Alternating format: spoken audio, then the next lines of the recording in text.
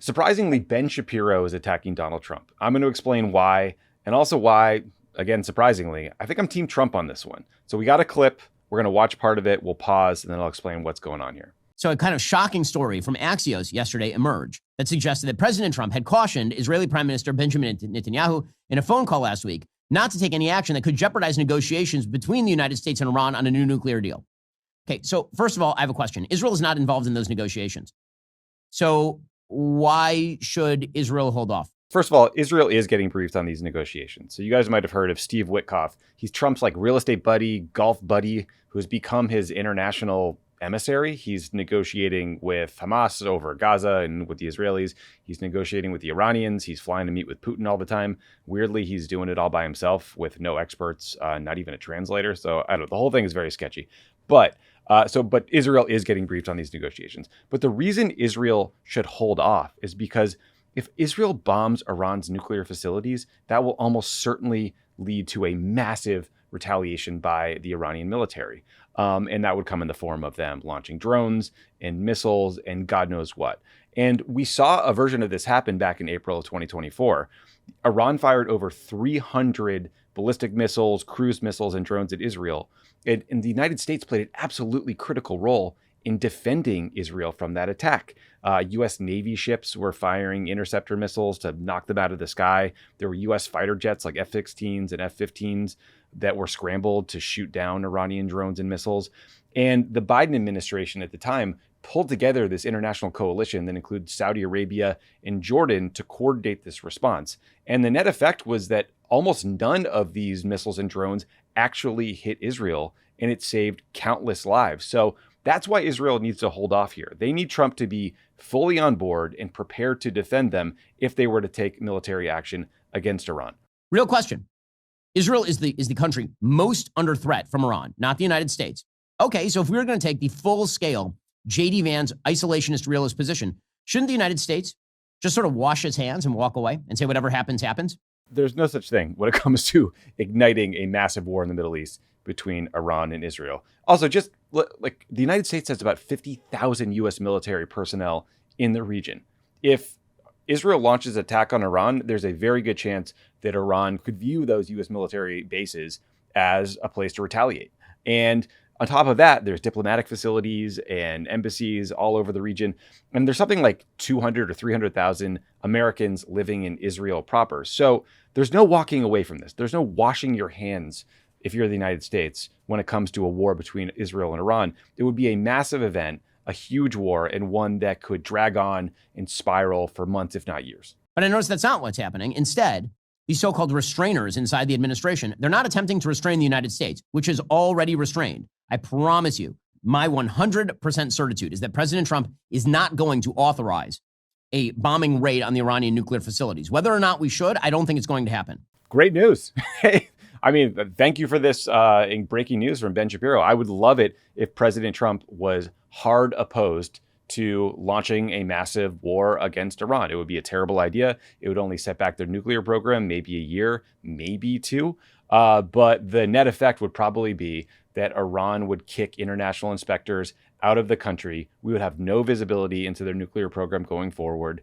They would view it as an existential task. They would need to create a nuclear weapon to protect themselves in the future, and they would likely end up pushing even harder for a nuclear weapon. So the fact that President Trump thinks that this is a moment for restraint is very, very good news, and it's very telling that it makes Ben Shapiro angry. That's just the reality. So why is the restrainer team inside the Trump administration trying to stop Israel from doing that thing?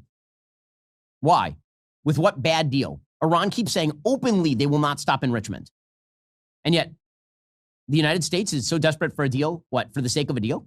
The Iranians know this, which is why they're pushing. Okay, so this right here gets at the heart of the actual policy dispute in the Trump administration right now. So if you roll back the tape to the Obama-era Iran nuclear deal, that deal said Iran could never have a nuclear weapon. It reduced their stockpile of what's called low-enriched uranium by 98%. They had to ship it all out of the country.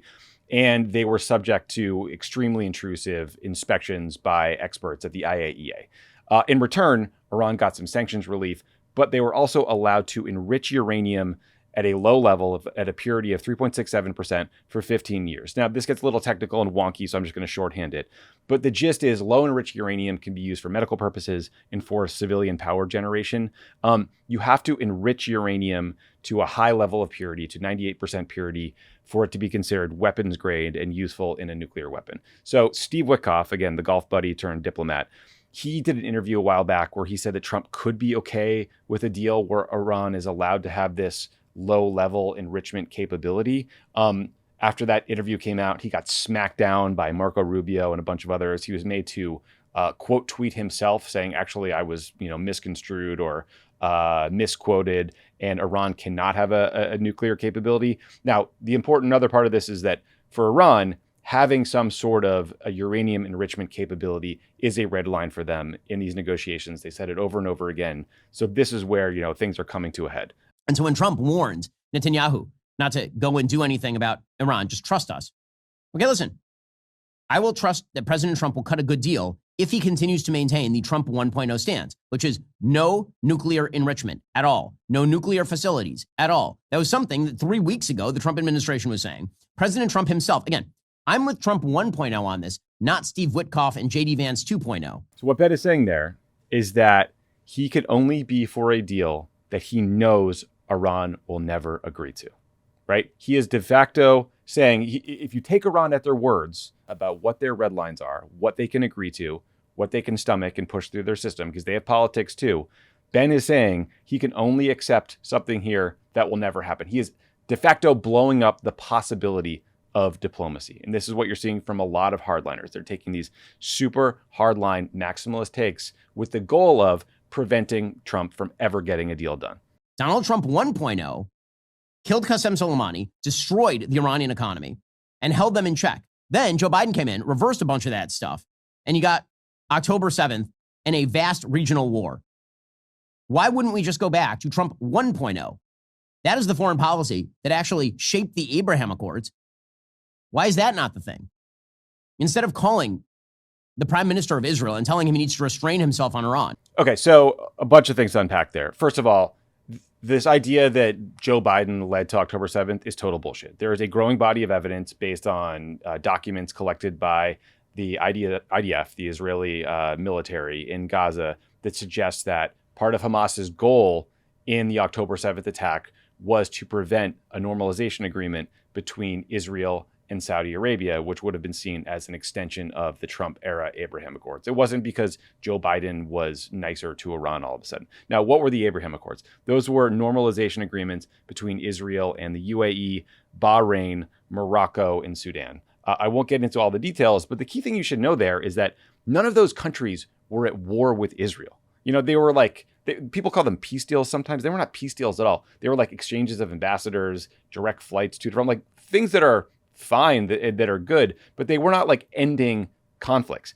A deal between Israel and Iran would end a war. A deal between the US and Iran could end the possibility of a war over their nuclear program. That seems like it would be a good thing. That's something that someone who wants to be America first, that wants to stop the US military from getting involved in conflicts overseas, should want. Now, bigger picture, what's so frustrating about this is Trump pulled out of the Obama-era JCPOA, the Iran nuclear deal, in 2018.